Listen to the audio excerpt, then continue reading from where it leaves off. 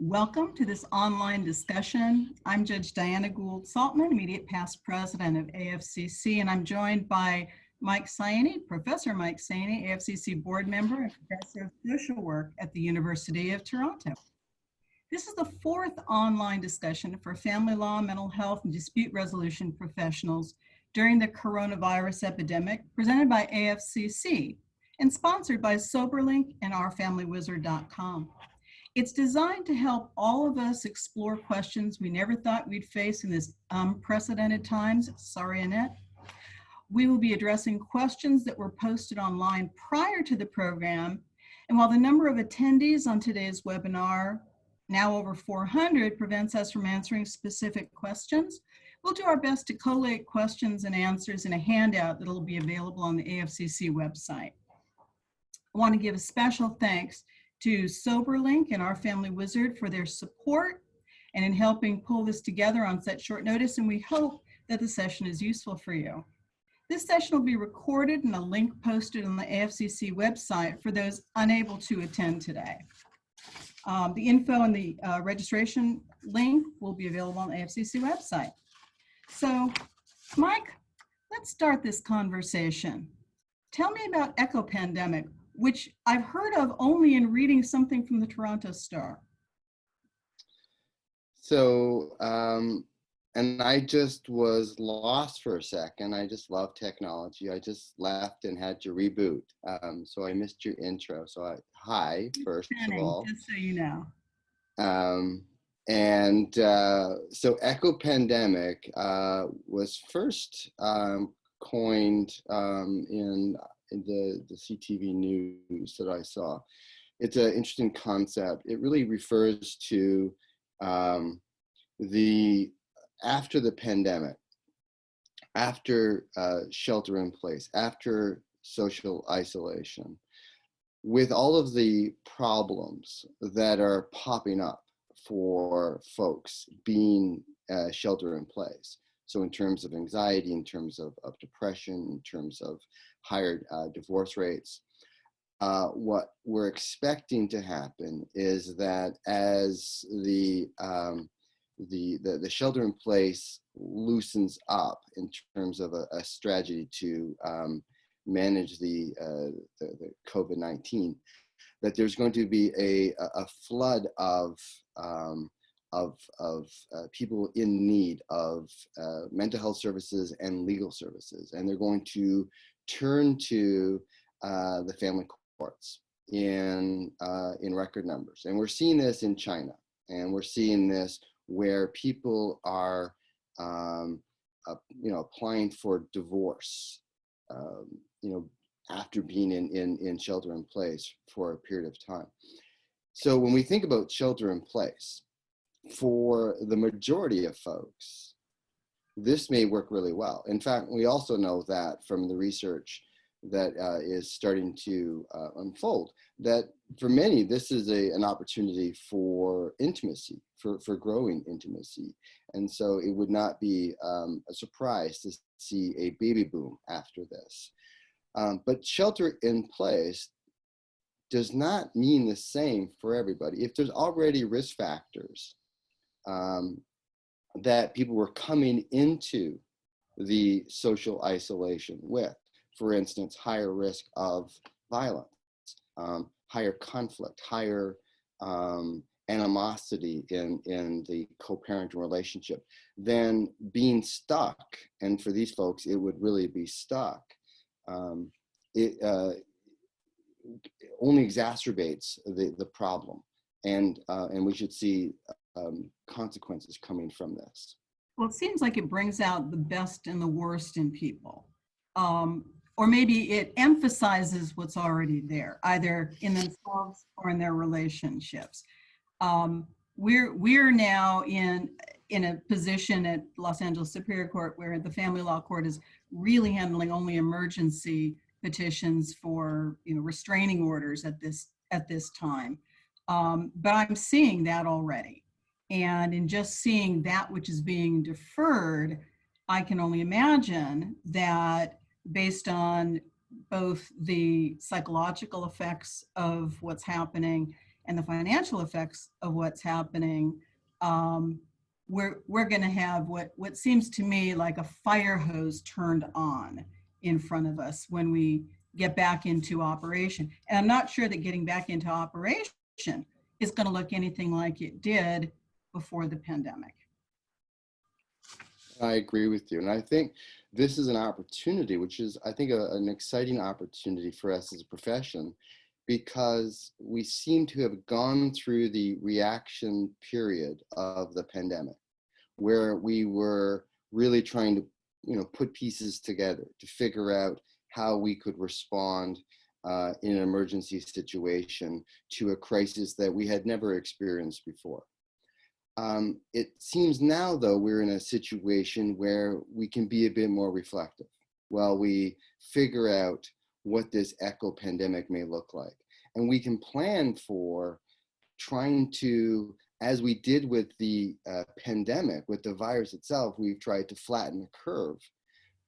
I think we have an opportunity in our family courts to flatten the curve of services and pressure that we put on our court system by being innovative, by being creative in how we've been able to figure things out with the court closures and not being able to have face-to-face with folks. I think there's been a lot of creativity and really interesting ways of doing our work. And I think we can build on this for the future. One of the things that we had talked about, Mike and I, was what the court system is going to look like when we resume functioning. We all anticipate we're going to have a backlog. Things that weren't an emergency when courts started shutting down to do only essential services will become an emergency by the time we open up. In Los Angeles, we're looking at an anticipated time of mid to late June before we reopen.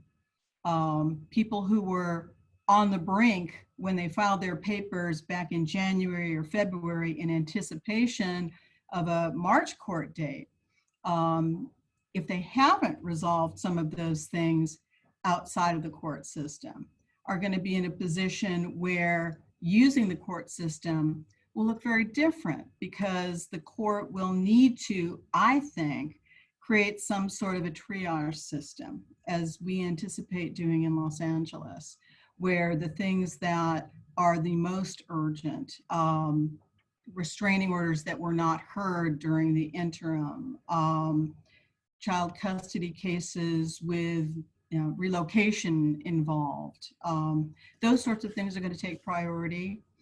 The way in which we were able to conduct business before will need to change.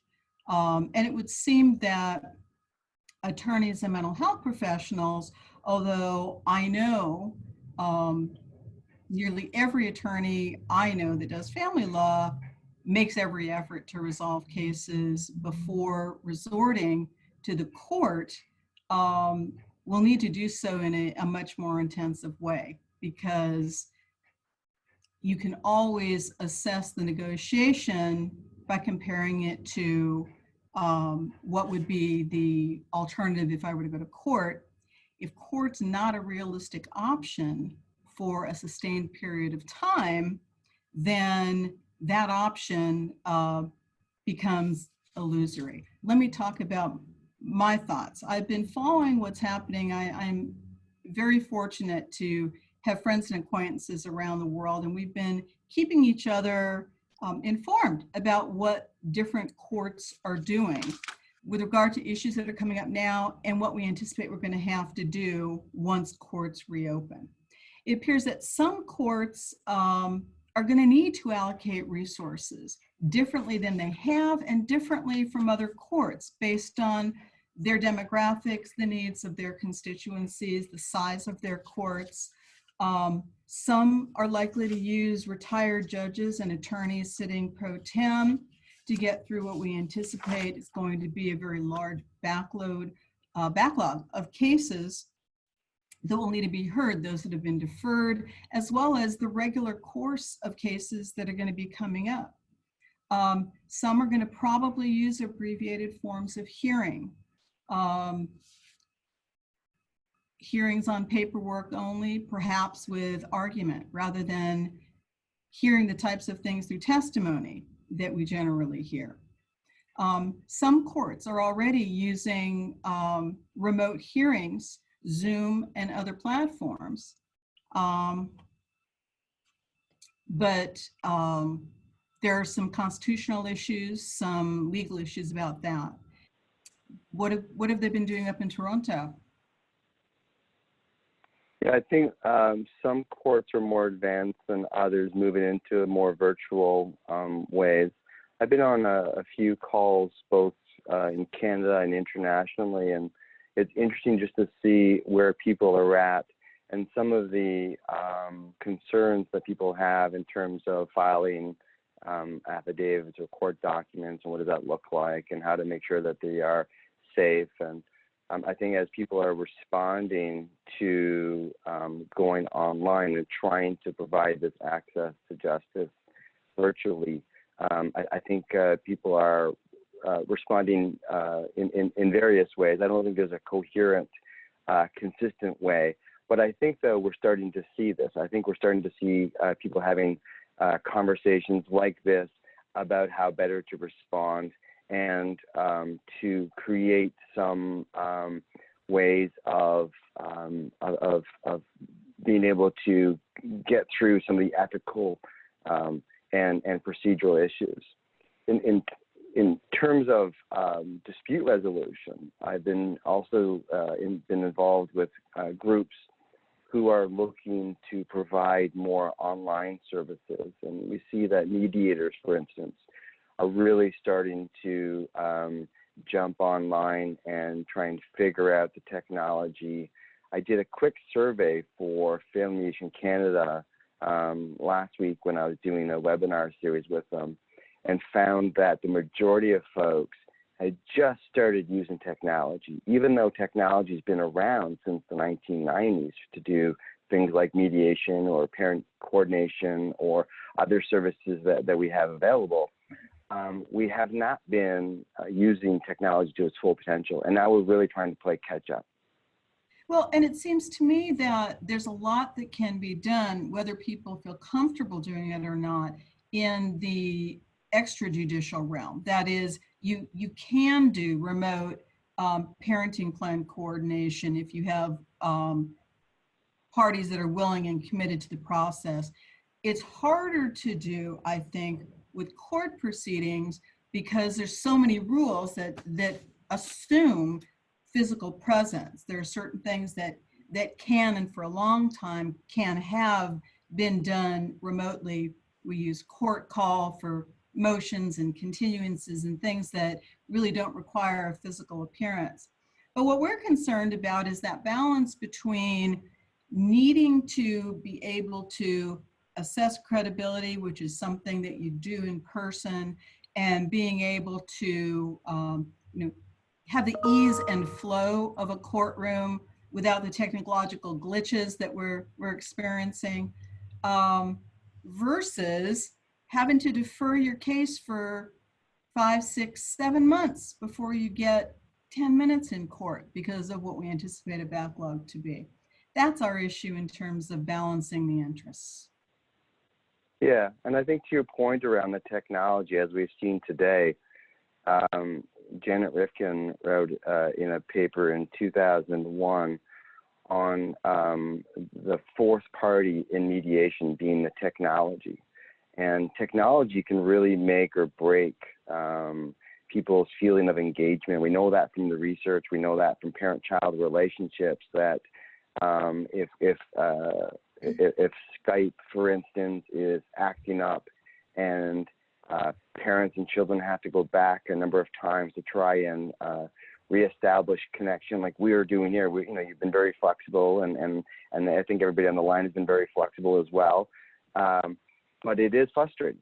It's frustrating for you. You've joined, people have joined time from their busy day to listen to this webinar, and then having to deal with technology is just an extra frustration.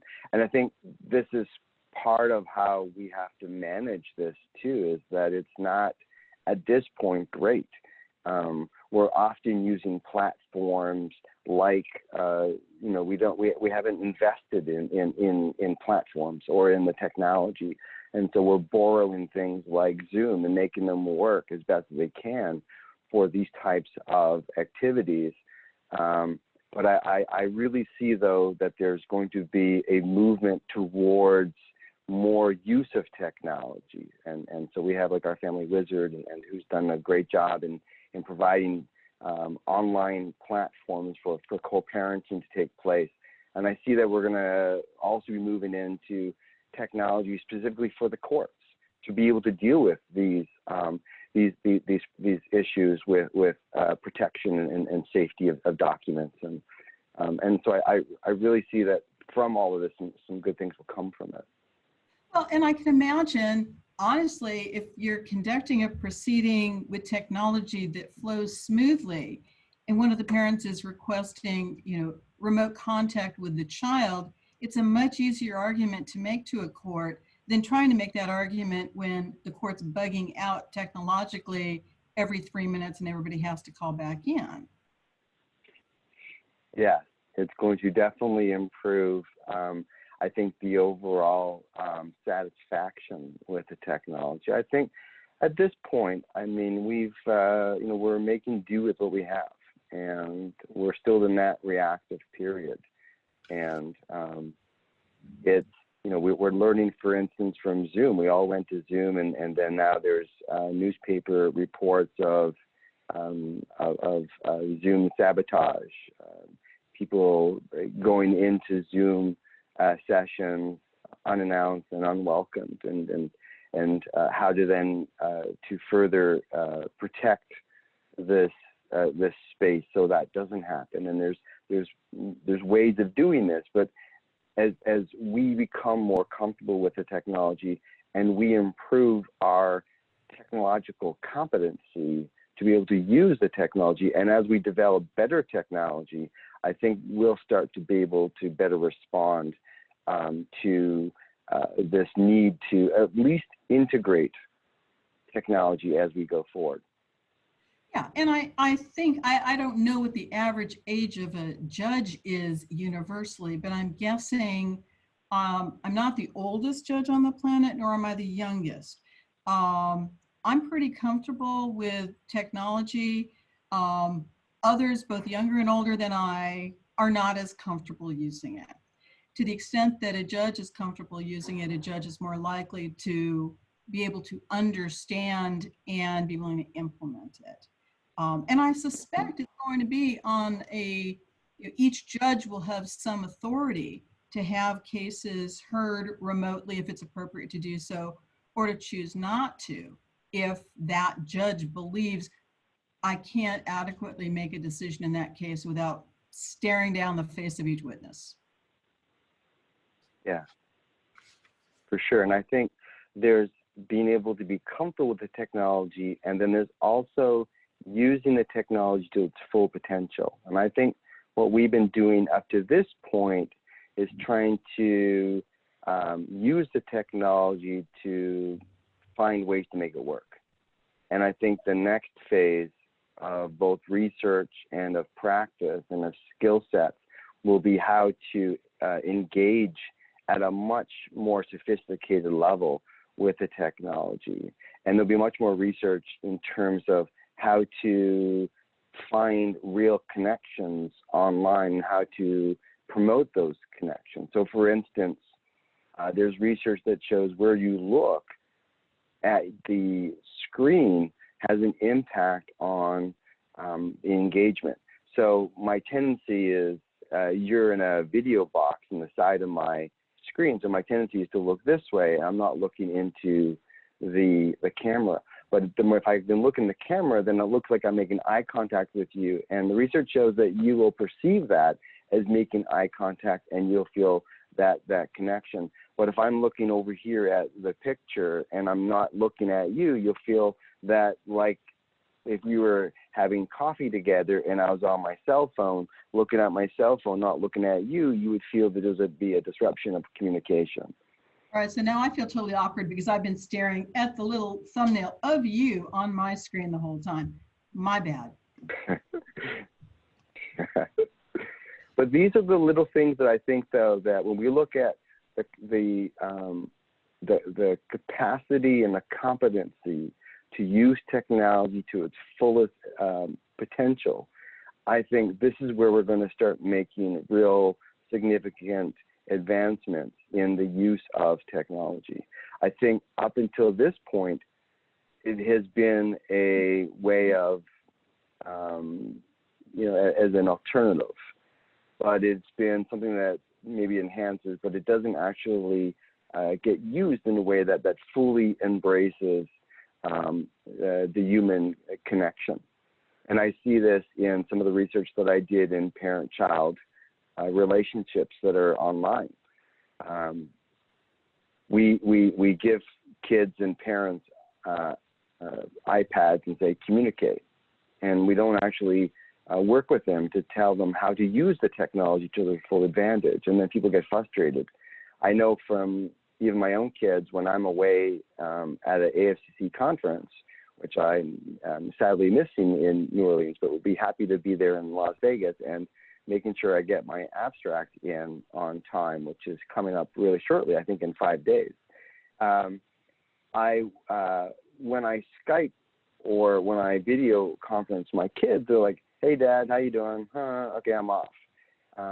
If I was doing this as a parenting plan and my kids had to sit there for half an hour face-to-face, it wouldn't work. We would have to find different ways of using technology. And I think, again, we need to be finding different ways, finding those creative ways, finding those innovative strategies to try and facilitate the technology so it's used to our advantage. Well, it's my guess that the technology we're using today, which we are essentially doing a MacGyver to put together to make it fit into our, jurisprudential world, will be yesterday's news 6 months from now. There will be platforms we've never heard of because they didn't exist.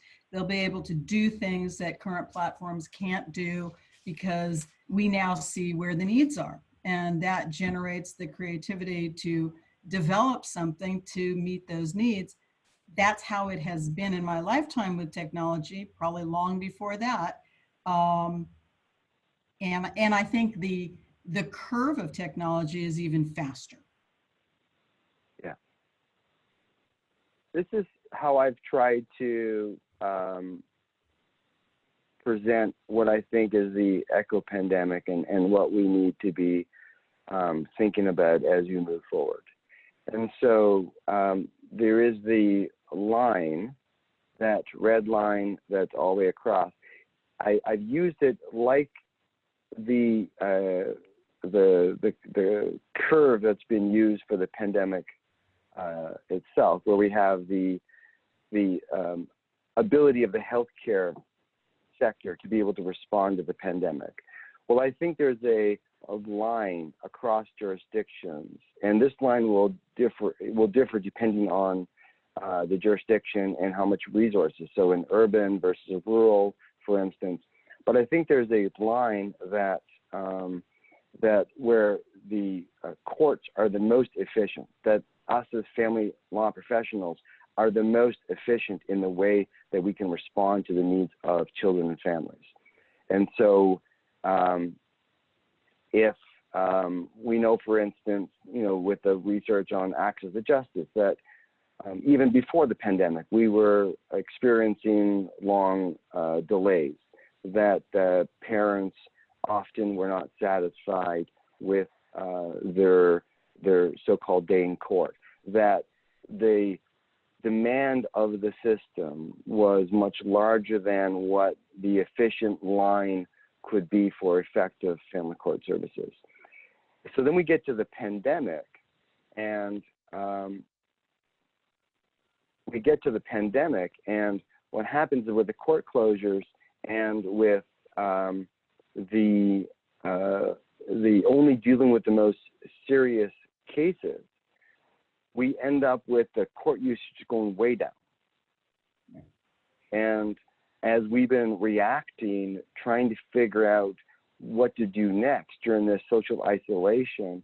This is where I think we're right now. We're at where the green line starts to move up and the blue line starts to move up. And I think the court usage, if we continue to go at this pace without learning from what we've done what we've learned so far and how to implement ways of trying to curb the line, we're going to end up with that post-pandemic, echo-pandemic, that rush, that tidal wave to the courts, where as everybody leaves isolation, they're going to, the divorce rates are going to go higher, the mental health issues are going to be more pronounced.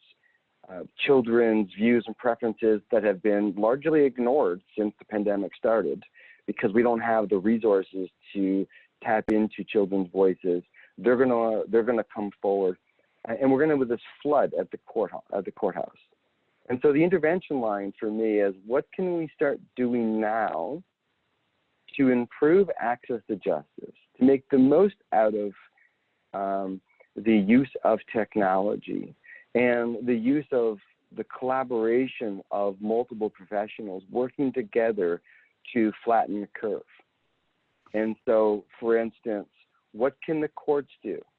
I think this is a wonderful opportunity to go back to notions of triage and early case assessment and understanding how to screen and how to differentiate cases based on risk level and based on need. For those who don't need to go to court, rather than keep them stagnant in this holding pattern, why not make sure we have better connections to online mediation, online parent coordination, finding better ways to do online custody evaluations. If we find creative ways to address the tidal wave that's coming, we can actually reduce that pressure on the courts that we're expecting that is going to happen if we do nothing except continue to react in this pandemic. Well, I guess I'm wondering who the we is in that, because it seems like, I will tell you that in Los Angeles, we probably have 70% of our family law cases where either neither party is represented by counsel or one party is represented by counsel. And so we are talking a lot about people who are relying on having no legal advice from the outside and looking to the court to push their case through. And for each of us who have to take the time, and I agree with you, I think it's essential that we triage cases so that those with the most emergent need are heard expeditiously. But when we're doing that, we're not doing something else. So if I'm triaging cases, if I'm taking a case roster and deciding, and I can only decide not by the title of the case, but by looking into whatever the written documents are in the case so that I can determine, well, is this really a case involving some risk to children or some risk to, an adult in terms of safety versus, this is a matter of, changing a support number by 3%. It requires that somebody read that stuff. And I suspect it's got to be a judicial officer doing that. Every minute I'm doing that, I'm not doing something else. So how do we come to terms with that? Yeah, and I think it's going to be jurisdictional specific, as you mentioned. I think in Ontario, in my province, one of the ways that they are helping to help the self-represented is that they're providing 30 minutes of free legal advice through legal aid. And so it's a tele, if you will, that they can call in and get some online advice of how to proceed in their case, which then would make them feel more comfortable to go into dispute resolution services such as mediation or whatnot to get them out of court if they feel they don't need to go that way. The idea is really, when we talk about the we, it's about proportionality. It's about looking at the total number of cases of separation and divorce in a given period of time and figuring out who really needs to go to court. Maybe it's 20%, maybe it's 40% who need to at least get to the front door. But how do we then get the... Every litigant believes that they need to be in court. And that the only reason that the case hasn't settled is because the other side's been unreasonable. So even in the deciding of who needs to be in court, I can tell you my perspective of who needs to be in court would be a very narrow number, because it would be those cases where there's no dispute of fact, but the law is a little fuzzy and somebody really needs to ferret that out. In cases where there's a dispute as to the facts, somebody needs to hear both versions and determine if somebody's more credible. Everybody else could probably settle their case if they knew that. Yeah. And so, you know, for instance, the one thing that has stopped, at least in this jurisdiction, is parent education programming, because not all programs are online. Although we do have across in different jurisdictions, we do have examples of wonderful online education programs for parents. And so while they're sitting in the waiting period, while they're on the tarmac waiting to get to court, this would be a great time to show that online parent education program so that they know what their options are, and they know that there's an easier way to settle the case, that they actually don't have to go to get their day in court, because very few people actually get in front of the judge. But I think people think that by making an application to the court, that they're all of a sudden going to be in front of you, which is not the case. Well, and to be honest with regard to your point, if I were a family law attorney and my client were, staying put at home because they had to, even if they were the best parent in the world, I would have them online doing parenting courses, just because if the case doesn't resolve outside of the court, wouldn't that be something you would want the judge to know? In my spare time when I was sitting at home, what did I do? I learned things that I could, even if only one thing out of an hour turned out to be something I didn't know, I enhanced my parenting skills because I had the time to do it. For sure. Yeah, it's 1 hour of not watching CNN. Exactly. You can miss an hour of CNN. It's going to say the same thing an hour later. It's perfectly fine. So I think, though, but what we need, though, so we talk about all these different pieces, and I think, so the intervention line isn't just a legal response, isn't just a parent education response, isn't just a custody evaluation response or a mediation response or a response for self-reps, but it's really having like a think tank of what can we do as a profession? How do we bring all these pieces together so that we can provide an integrative online platform to help people get through this time so that we don't end up with the flood once everybody leaves their home. Well, and that certainly makes sense. I think almost every family law attorney I know advises their clients that a bad negotiated settlement is almost always going to be better than a good day in court. And they do make efforts to settle. But I think now, looking at the case where, if we don't come to a resolution, we'll be seeing Judge so-and-so in 30 days is just no longer the realistic advice to give a client. So you might need to negotiate things and give up more things on both sides, because the worst thing for a child is not having a result, I think, at that point. If it's going to be 6 or 7 months, it would be really hard. Yeah, and I think the cases that go to court, however court looks like right now, those cases are providing an extremely important service for all other families, because those decisions are being disseminated, they're being recorded, they're being used in mediation to advise parents of what the courts are generally doing within this pandemic. They're providing the guidance needed. And it goes right back to what Manuka was saying in 1970s about the shadow of the law. These are creating opportunities for the rest of us to be looking at your decisions and saying, okay, well, this is how you're generally going to respond to these sort of facts.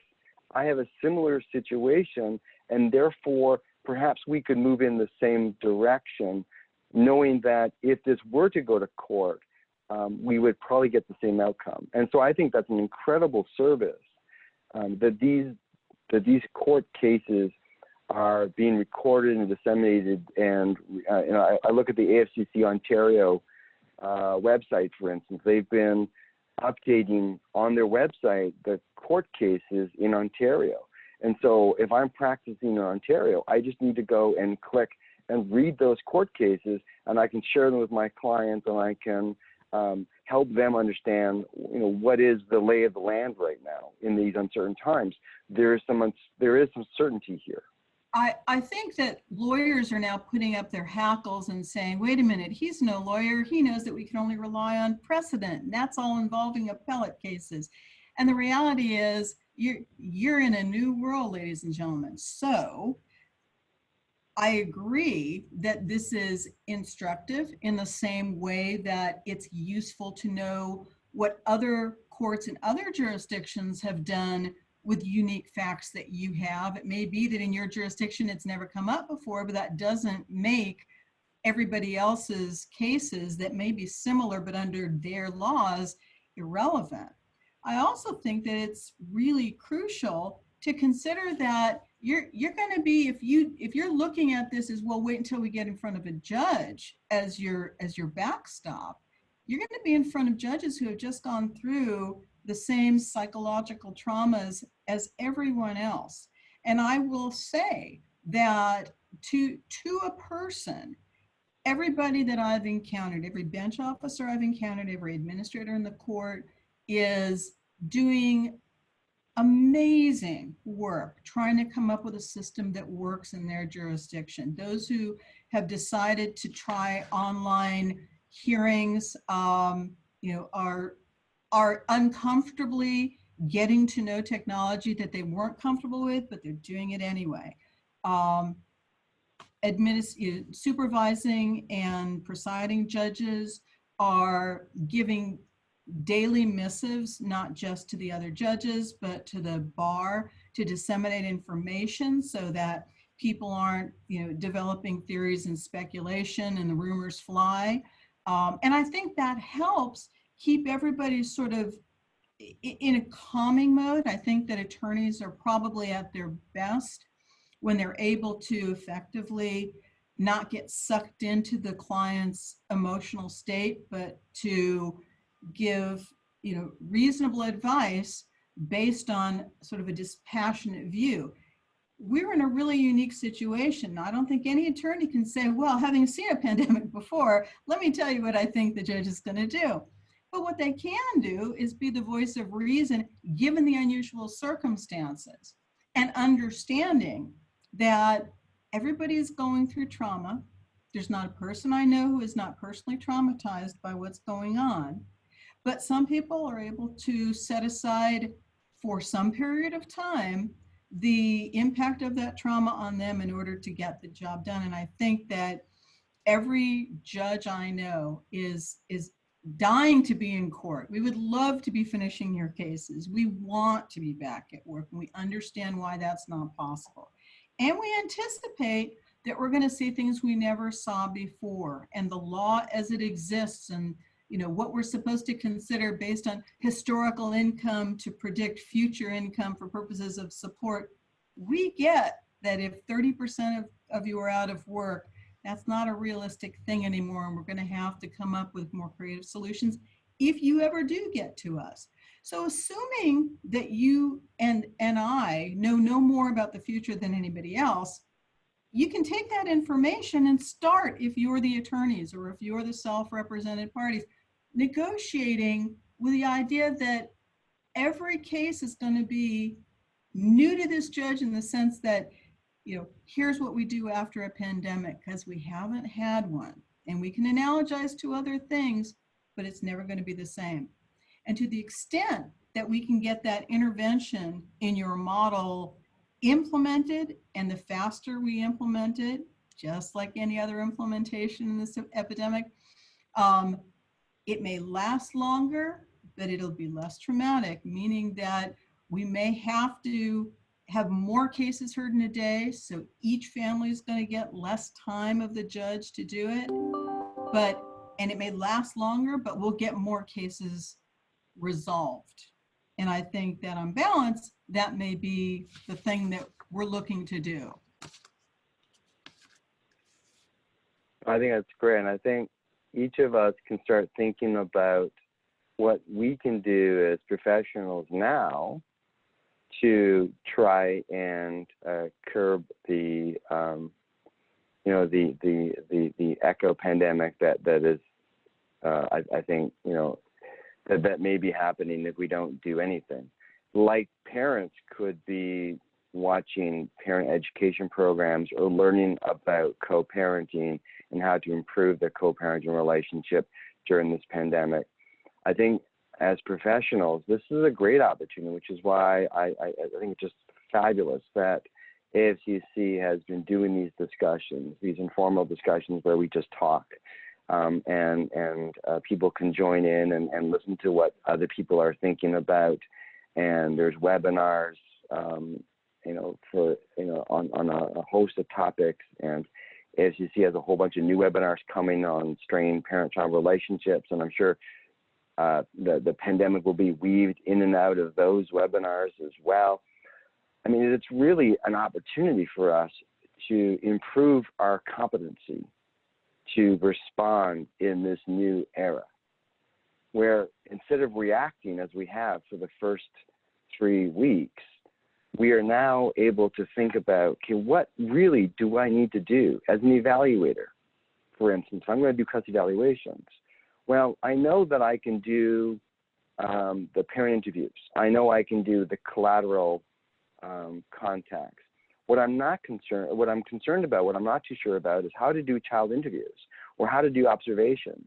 And what does the research say? Does it say anything at all on these areas in the field of forensics, but also in telehealth and in other parent-child dynamics in other fields? And trying to bring this together, taking the opportunity to start collecting this information, and then coming up with a reasonable solution in how I'm going to present myself and how I'm going to conduct myself as an evaluator, as a mediator, as somebody who's working with self-reps, as somebody who is being able to provide unbundling services, some of it being online. What can I offer? What can't I offer? This is the time I think that we need to be planning ahead, which is why I think the timing of this webinar is fantastic, because it is moving into the next phase of where we need to go as a field.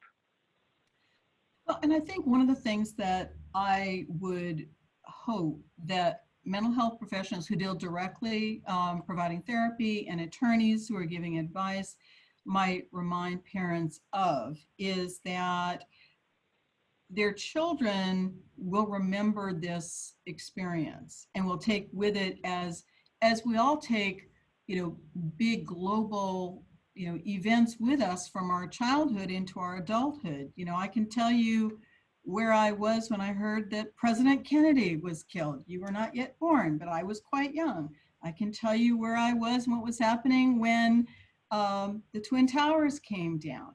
And the same way, I have to imagine that children who are experiencing this now, their schools have closed, they can't play with their friends, they may not be in regular, face-to-face contact with a parent, certainly with extended family. That's got to be something that impacts them. And this creates, I think, an opportunity as well. It is traumatic, and to some extent, parents have an opportunity to show the best or the worst in themselves under the circumstances. This is the parent's opportunity to either be a a gatekeeper or to be a sharing parent, to be generous, to work as a parenting team for the benefit of the children. In any given situation, parents tend to believe that what they're doing is best for their children in any case. This is probably the most significant opportunity in certainly my professional lifetime, that parents have had an opportunity to put their heads together and weather the storm for their children in a way that will allow their children to remember this time, as traumatic as it is for the adults, as maybe the time their parents were on the same page more than any other time in that child's life. 100% agree. I think as professionals who work with parents, I provided with Marsha Pruitt some free webinars for parents on how to co-parent within this pandemic. I think if we can assist parents to come up with a pandemic narrative, what is the family story of how you coped and were able to deal with the pandemic? What did you do during this time that was of significant positive benefit? What is the narrative that they're going to take away from this that you want them, when they think back, what is the story that you want them to be able to share? And then to respond accordingly, so that we are creating positive narratives in the very unfortunate situation that we're in. I also want to maybe make a couple of statements about my fellow sisters and brothers on the bench. When we ramp back up, and I think it will likely be in most places a ramping back up, not a sudden, fire hose of water in your face. But when we ramp back up, I think I would want to have them reflect that families don't need perfection, they need resolution. And while we want to give every family as much time as they need to tell their story so that we can make the best decisions we can, under the circumstances that we are likely to soon face, it's more important they have resolution than perfection. It may be that you're not going to get the best information that way, and it may be that you won't get all the information that you'd like to have in order to make the best decision for children. But families get stuck if they don't have resolution, and offering them resolution actually puts them on the road to recovery. I'd also like to remind my fellow bench officers not to be heroes. Dockets are going to be crowded, and everyone's going to want your time, and everyone will deserve your time, but you can't give it all to each of them. And the family that's the last case on calendar is just as deserving as the first. You have to do with what you've got the best you can. And to take a breath. I sometimes feel like I can jump in with both feet, and 2 hours in, because I haven't looked up at the clock, I see that my poor court reporter is shaking her hands in pain, and my judicial assistant is typing as fast as her little fingers will go, trying to get all my words down. And I realize that they've been dealing directly with the attorneys and with the parties when I'm not on the bench. They're just as stressed as I am, maybe more so, because they're getting it from different directions. And they hear things that we don't hear. So I think it's important for us as bench officers to remember to give them a break, and that they know when we're starting to get burned out long before we know when we're starting to get burned out. Really good advice. I think the other advice that I have is for us not to go too quickly to judgment in these situations. When we look at people's intent and we look at the fear, the anxiety that's out there, and I think as a field sometimes go too quickly into a binary of this is justified or not justified fear or concern.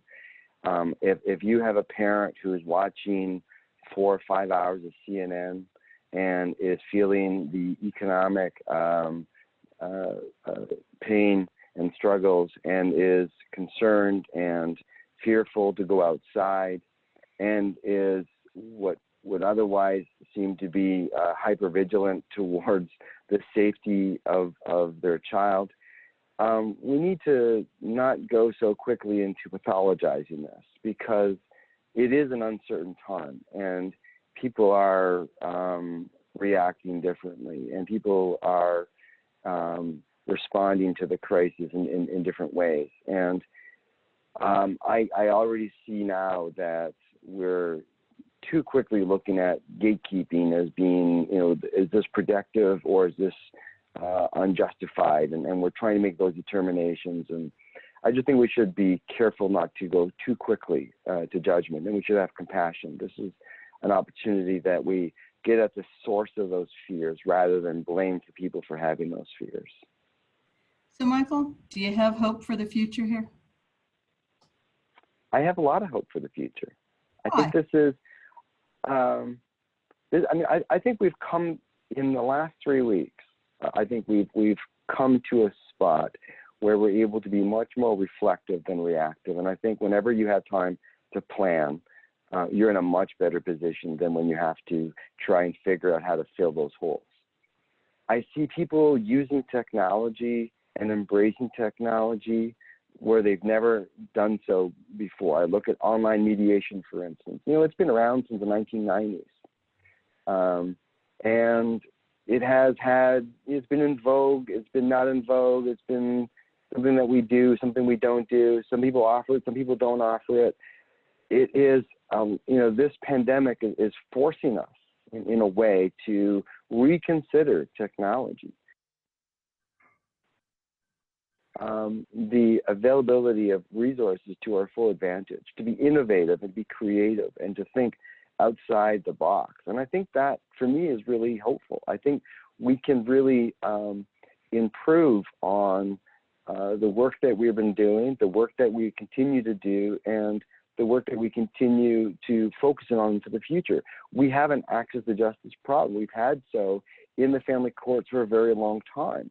Here's a great opportunity that we can blend in technology with current existing services pre-pandemic and have this come into an integrated way. We could actually, if we do so creatively, really put a dent into the access to justice problem that's been that's been a problem for so long. I have lots of hope.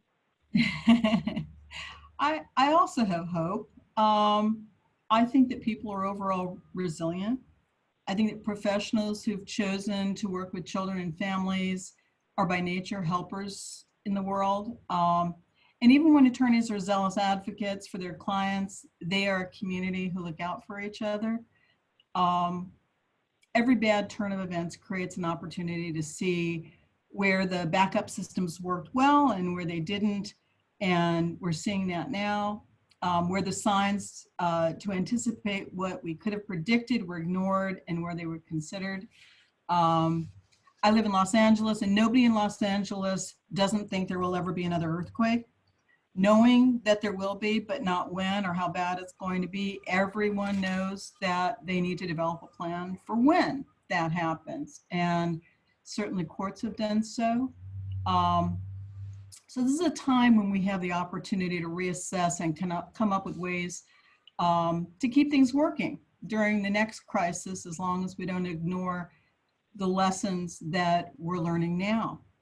And I'd like to sign off with a little video I took at 8 o'clock any given night, because this happens every night in my neighborhood at 8 o'clock. Can we play this?